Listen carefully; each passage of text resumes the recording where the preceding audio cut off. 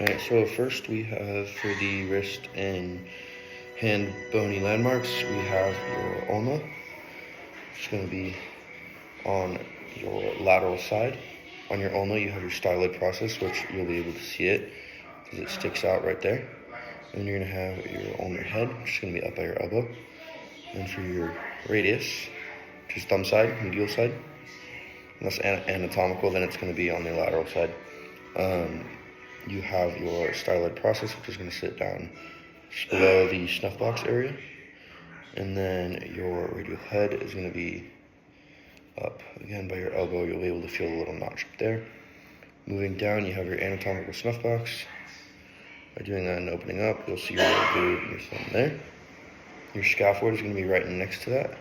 It's going to be your first bone, one of the most common that you can dislocate.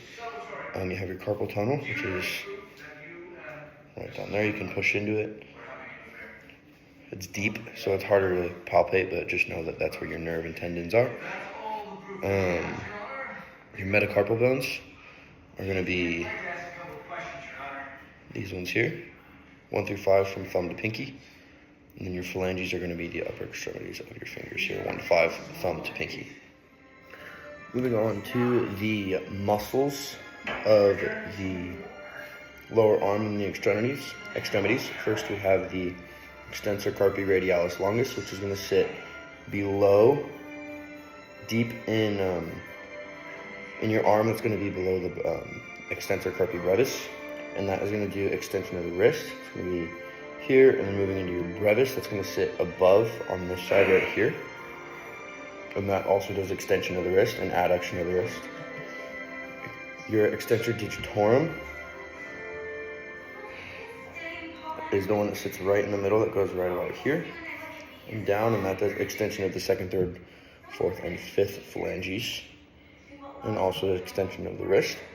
Your extensor carpi ulnaris is going to sit on the outside over here, but starts on the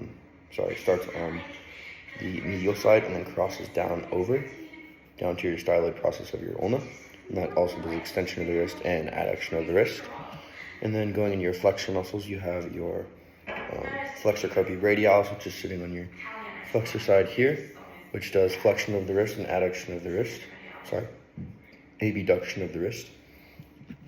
And you have your palmaris longus, which sits in the middle, and you can palpate it also by flexing your wrist up, and you'll see the tendon at the bottom, and that does flexion of the wrist. And finally, you have your flexor carpi ulnaris, which does flexion of the wrist, and that sits on your ulnar side, which is more on the higher side, which if you flex your arm, it's going to be that muscle right there.